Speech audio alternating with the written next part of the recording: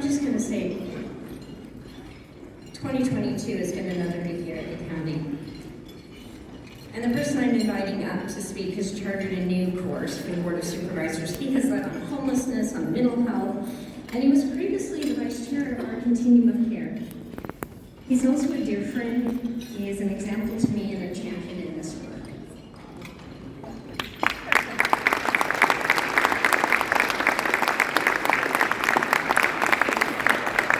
Thank you all. Good afternoon.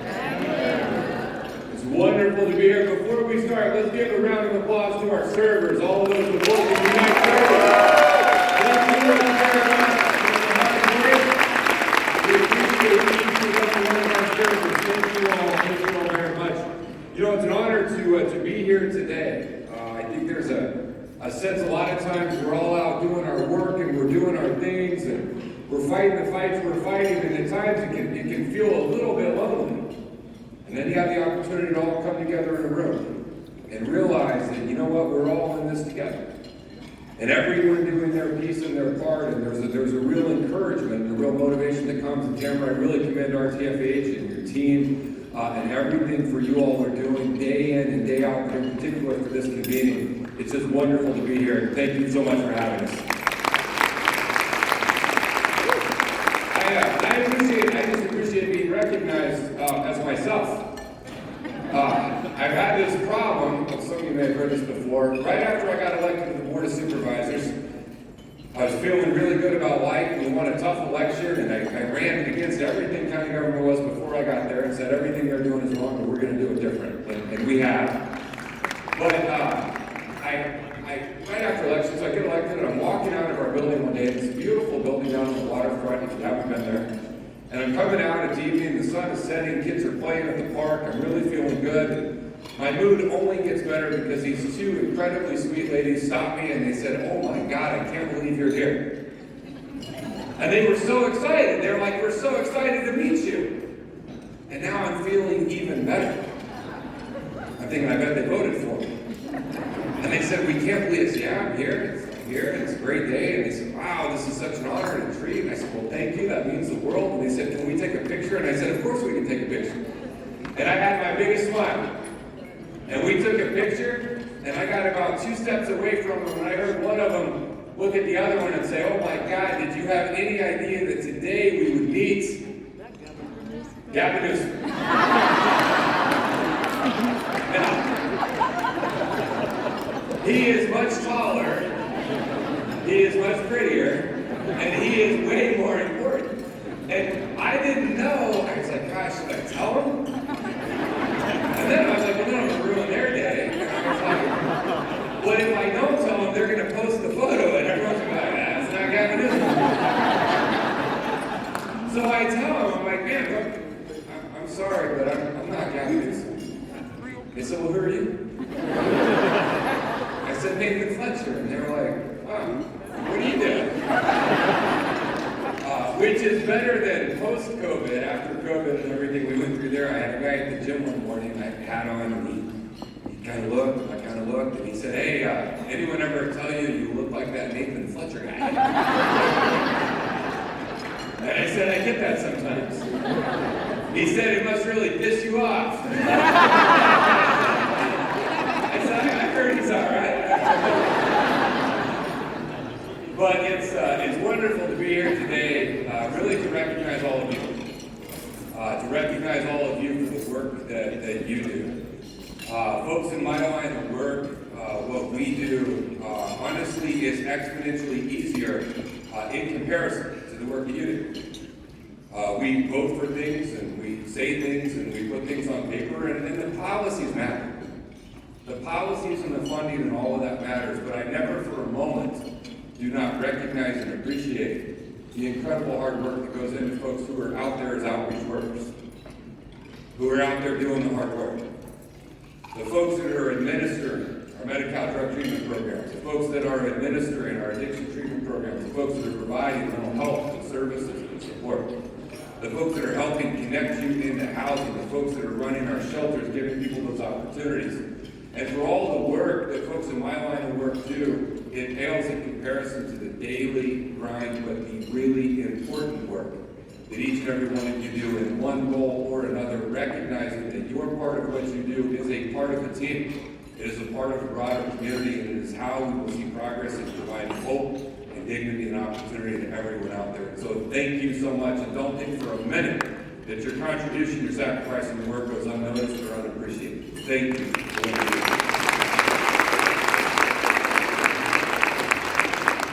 Now, our county might have been late to the game of helping with homelessness, but we're here now. And for far too long, County Board of Supervisors and county government in general would simply say, you know what, not my problem, and pass the blame to someone else. But the reality is there is no more passing the blame to anyone else. There is no more this is someone else's problem. The reality is everyone at every level of government has to be invested. They have to be committed. And you're committed not just with your words, but with your actions. And our county board in the last 4 years has moved in ways that they had not in the previous hundreds of years, in terms of recognizing the vital role that counties play, and recognizing the partnership that counties and cities have to have together, and recognizing the support that has to be there for entities, for nonprofits, for healthcare systems, for providers, all under the leadership and the framework of the plans laid out by RTFH. And we've changed. Our county for decades had a failed approach to issues of addiction. They really embraced this 100-year failed experiment of America that somehow we can punish the addiction out of you. If we just punish you enough. Except that fundamentally ignores the reality of addiction. It fundamentally ignores the reality of brain chemistry. It fundamentally ignores all of that, and we fought to change and reverse our county's policy, to adopt a comprehensive harm reduction strategy, to invest in things we know will meet people where they are in a non-judgmental way. We'll give them the help and support they need, and we'll be there time and again to embrace and uplift them and give them the opportunity. But it was a fight. When we were talking about medication for addiction treatment, one of my colleagues actually had the audacity to say to me, "You mean you want to give junkies medicine?" So that's a kind of pejorative term. Pretty negative connotation out the gate for someone who could be one of our children or our brothers or our cousins, someone who's suffering from addiction. I said, and after the second part, we want to give them medicine. Yeah, that's what we want to do. We want to give them medicine. In much the same way as someone who suffers from diabetes, that's medicine. Much the same way as someone who suffers from high blood pressure. He said, well, how many chances are you going to give them? I said, well, how many chances does the diabetic get? You tell me? Someone who's diabetic and they go to the doctor and they get an insulin regimen. They know what they're supposed to eat and do, but you know what? They show up 3 months later and they got off track a little bit. We go, no, not helping you. You had your chance. You see, we don't do that. And if we don't do that in your physical health issues, then we're not going to do that in your behavioral health issues. And that is the change that we are trying to drive in our county. To recognize that there is no difference in someone who is bipolar than someone who suffers from high blood pressure. There's no difference in someone who's schizophrenic. Someone who suffers from diabetes. Amen. Break down these silos and these stigmas and these stereotypes to figure out how we can truly integrate. We launched our county's first mobile crisis response team 24/7 countywide, and we're going to have some work to do because we launched it fast. And I know there will be needed improvements in staffing, but we are now in a position countywide where an individual who is suffering from psychiatric distress, drug treatment, who's not a danger to themselves or someone else, they don't need law enforcement and a fire truck and an ambulance. They do not. They need a trained mental health clinician. They need a peer support specialist, someone who lived experience. That's right. Somebody that can diffuse the situation. Been there and you know what, it gets better. And we now have them. And then they need somewhere to take you. The vast majority of the time, it's not the emergency room. If you're having a stroke, you need to go to the emergency room. If you've been shot, you need to go to the emergency room. But if you're suffering from psychiatric distress, you don't. You need to go to a crisis stabilization unit. We now have 6 open countywide with 3 more coming. A place we can assess and treat you, figure out how we can. We're continuing to build out the continuum of psychiatric services services, not just inpatient psych beds, but the recognition and acknowledgement that the need for a locked 5150 inpatient psychiatric bed is a damning indictment of our societal failure to intervene early, to prevention, to treat and keep you at a lower level of acuity. That service will be there, but we want it to be rare and infrequent, and if you rise to that level of service, we want to make sure we engage with you in an ongoing way so that you don't ever have to come back. And that's the investment we make in care coordination and case management. And we're going to continue each and every one of these. Our county recently adopted a framework on a $100 million investment from the opioid settlement.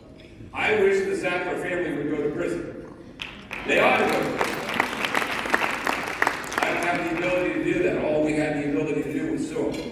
And we did. And we're going to take those funds and we're going to invest in drug treatment services that we know can matter and make a difference for those suffering from opioids. But we also recognize that opioids are not the only addiction in our community. And we have to continue to meet those suffering from other substances, those suffering from chronic alcohol, from methamphetamine and everything else. And I think it is important to point out that the attitudes in this country around drug treatment shifted because of the opioid epidemic. And that is a good thing. I also think it's important to acknowledge why that shift happened. You see, we had a community impacted by addiction and treatment surrounding opioids. It was predominantly white people. And because white people and white kids got sick, everyone said, oh, these kids are sick and they need treatment. Now that is the right answer. And I don't want to discourage us away from embracing that that is the right answer.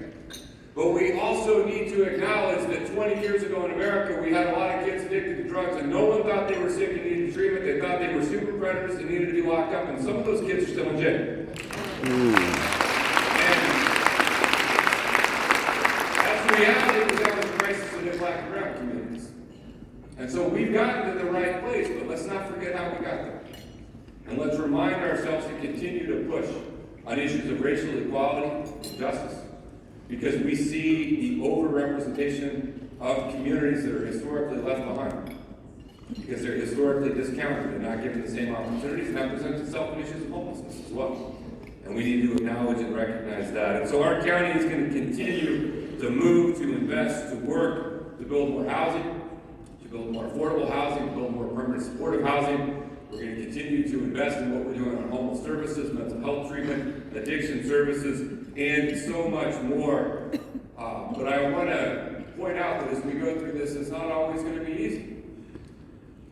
And we have to accept it. We have to accept that this is a difficult fight that we're in. And you see it on a daily basis with what you do. We see it every time we talk about siting somewhere.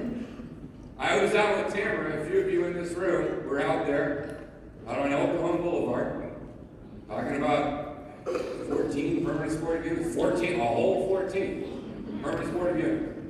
You would have thought, my God, you would have thought we were putting a nuclear power plant right in the middle of the community. But you see, the difference is I live there. I live a mile from where that's going to go. And so I can tell folks, hey, number one, y'all don't tell me this is going to destroy the character of the community. What do you want? It's El Cajon Boulevard. You want another massage parlor? Now, this will be the nicest damn building in this whole side. I live there. I know. Like, come on now. But the second thing is affordable housing and permanent supportive housing. The character of an individual is not tied to how much money they make. That doesn't impact their character. I grew up in a working class, struggling family. The character of the community is how the community responds to one another. It's how much we love one another. That's right. So we stood there, we let them yell at us for about an hour and a half. And then we went around our way, getting that damn project done. And we will continue to do that. And we will continue to break through these barriers, these obstacles. You know, I was in Point Loma not so long ago, and I was talking about this amazing mental health facility we're building in Hillcrest, and they all cheered and clapped and they thought it was great. And I was like, I hear you, Point Loma. I'm glad you think this is a good idea. You know, I got one of these for you too. Because for far too long, communities like to say, no, not here. Go over there. The old analogy is that's like someone saying there's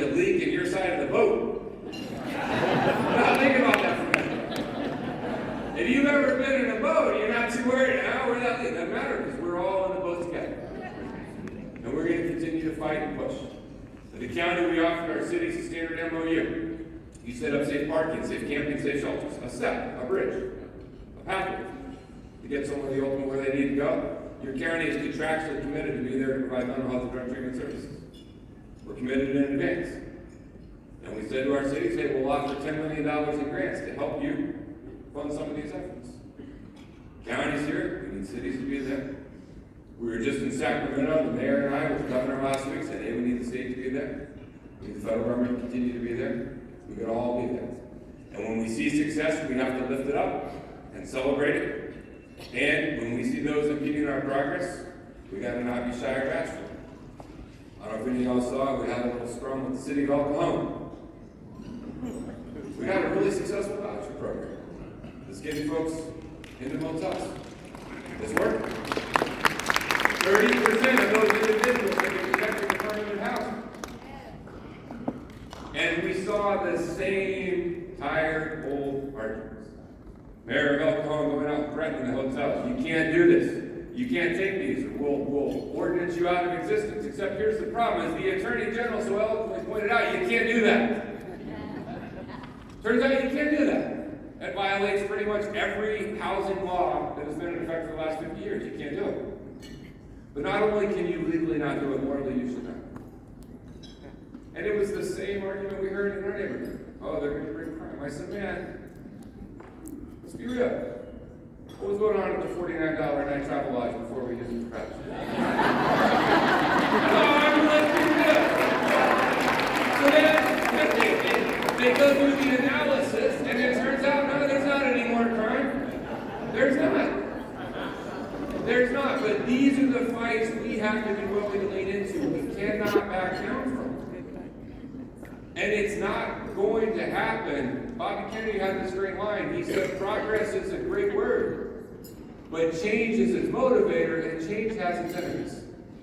And as we fight to change attitudes and stereotypes and issues and launch programs, there will be opposition. We cannot be deterred from opposition. We have to stand strong, and we have to always fight for it.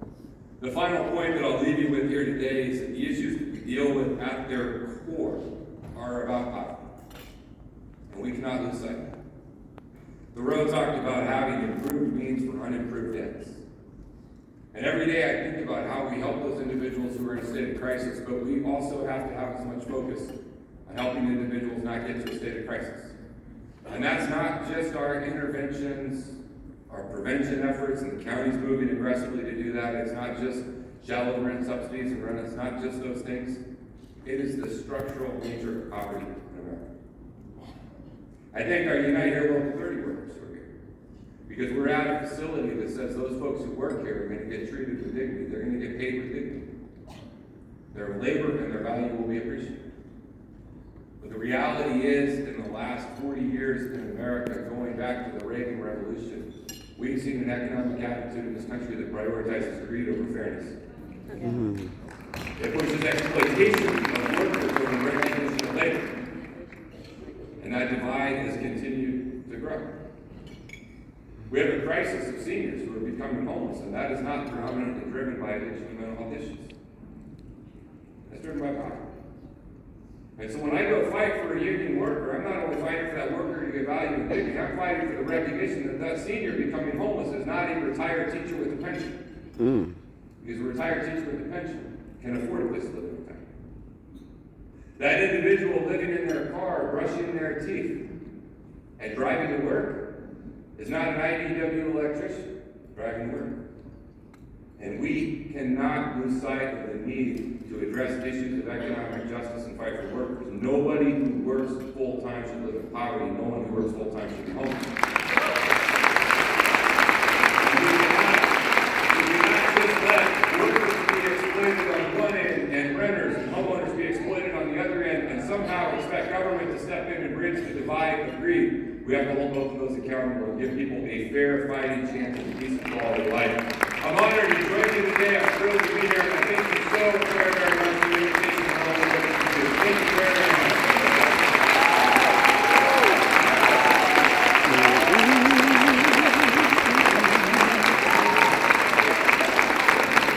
Thank you. I don't have anything else to say about what I want to say, but my job here was going to hear from next. And so I am pleased to welcome Ann Oliva, the CEO of the National